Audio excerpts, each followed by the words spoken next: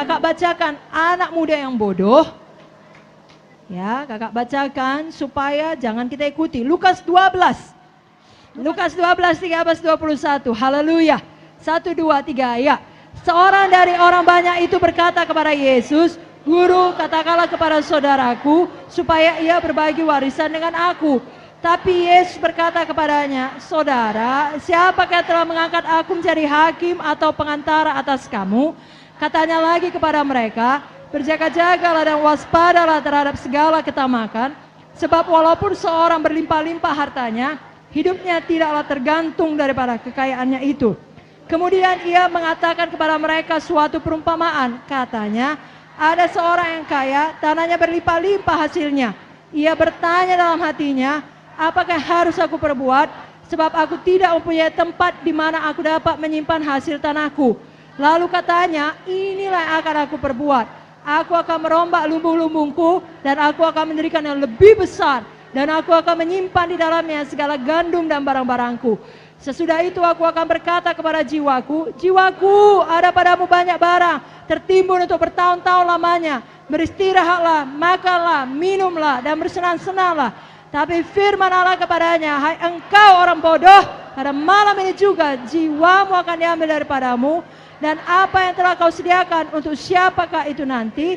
Demikianlah jadinya dengan orang yang mengumpulkan harta bagi dirinya sendiri, jikalau ia tidak kaya di hadapan Allah. Jangan seperti ini. Satu lagi nakku, masih berdiri. Matius 19 ayat 16 sampai 23. Siap? 1, 2, 3, ya. Ada seorang datang kepada Yesus dan berkata, Guru, perbuatan baik apakah yang harus kuperbuat untuk memperoleh hidup yang kekal? Jawab Yesus, apakah sebabnya kau bertanya kepadaku tentang apa yang baik? Hanya satu yang baik. Tapi jikalau engkau ingin masuk ke dalam hidup, turutilah segala perintah Allah. Kata orang itu kepadanya, perintah yang mana? Kata Yesus, jangan membunuh, jangan berzina, jangan mencuri, jangan mengucapkan saksi dusta. Hormatilah ayahmu dan ibumu, dan kasihilah sama manusia seperti dirimu sendiri. Kata orang muda itu kepadanya, semuanya itu telah kuturuti, apalagi yang masih kurang? Yesus kepadanya, jikalau engkau hendak sempurna, pergilah, juallah segala milikmu, dan berikanlah itu kepada orang-orang miskin, maka engkau akan beroleh harta di sorga.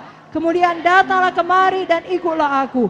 Ketika orang muda itu mendengar perkataan itu, pergilah ia dengan sedih, sebab banyak hartanya. Yesus berkata kepada murid-muridnya, aku berkata kepadamu, sesungguhnya sukar sekali bagi seorang kaya untuk masuk ke dalam kerajaan sorga. Nakku, dengar baik-baik, jangan seperti ini.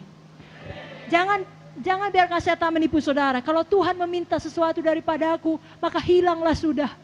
Kalau Tuhan minta sesuatu, artinya Tuhan mau memberikan lebih dari apa yang kau miliki sekarang. Dan sorry ya, lihat kemari. Yang kau punya sekarang pun, kalau bukan karena berkat Tuhan, tak mampu kau punyai. Jadi yang diminta Tuhan itu sebenarnya sejak awalnya adalah miliknya. Nyawamu pun ada, napasmu sampai hari ini ada, pun milik Tuhan. Kalau belum Tuhan minta pulang kepadanya, artinya ada tugas untukmu. Harus jadi pemimpin yang baik. Amin.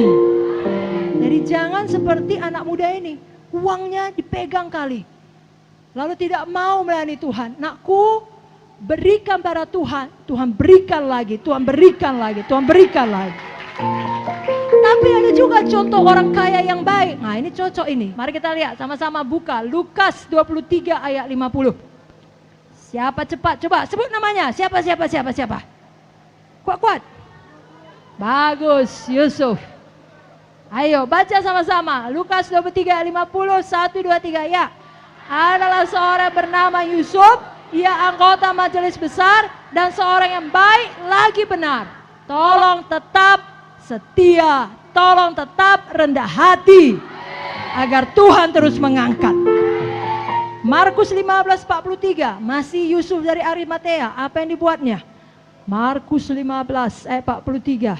Yang sudah dapat cepat-cepat bilang amin. Oke, kalau gitu kita baca. 1, 2, 3, ya.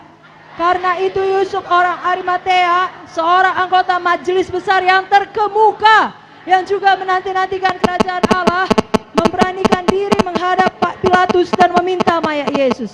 Inilah dia orang yang terkemuka, orang yang terhormat, orang yang berkuasa, tetapi tetap, semua bilang tetap hatinya untuk kerajaan sorga. Tidak takut dia meminta mayat Yesus. Saudara pun harus tahu, berani. Di zaman sekarang ini, dengan begitu banyak kejahatan, saudara perlu menjadi orang yang terkemuka, tetapi berani untuk kerajaan sorga. Matius 27 ayat 57. 1, 2, 3, ya. Menjelang malam datanglah seorang kaya, orang Arimatea yang bernama Yusuf, dan yang telah menjadi murid Yesus juga. Seorang yang bodoh? Gagal? Belum semua jawab. Miskin? Seorang yang? Seorang yang? Murid siapa? Jadi semua bisa kaya, tapi semua murid Yesus. Nah, lihat sekarang. Nakku, kalau jawab panggilan Tuhan, jadi pengikut baik, jadi pemimpin baik seperti Joshua, jangan mendua hati. Banyak orang mendua hati. Nggak jelas prioritasnya apa. Aku mau kaya juga, tapi mau juga melayani. Dengar, letakkan prioritasnya benar. Yesus dulu, jangan mendua hati. Orang yang mendua hati, saudara pasti kecewa. Kenapa? Ini kaki kakak, berapa kaki kakak? Kalau kakak mendua hati, satu mau di Medan melayani intensif, tapi satu mau liburan di Bali, kemana pun gak dapat. Pergi kakak ke Bali, hati kakak lagi kakak foto-foto di Pantai Kuta, bagaimana anak-anakku intensif ya. Pergi kakak intensif, lagi berkhotbah, aduh capeknya, panasnya lagi, banyaknya lagi persoalan, tiap hari begini begitu, maunya aku liburan ke Bali. Apapun tak beres. Yang mana pun kakak pilih, kalau di dalam hati mendua, dua-dua tak beres. Dua-dua tak dapat. Intensifnya tidak menang, Balinya pun tidak bahagia. Saudara pun jangan begitu. Maunya aku melayani, tapi mau juga aku dosa. Maunya aku melayani, tapi uang itu perlu kali kurasa. Maunya aku terus, bagi saudara Ian, maunya aku diutus, tapi nggak dikasih sama keluargaku, sama pasanganku. Saudaraku, jangan mendua hati. Jangan letakkan satu kaki di dunia, satu kaki di panggilan Tuhan. Itu setengah-setengah, pada akhirnya saudara tidak akan bahagia, tidak akan tenang, karena kedua-duanya tidak saudara dapatkan. Begitulah setan. Dua-dua tak kau dapatkan, dunia pun tak kau dapat, Tuhan pun tidak kau dapat.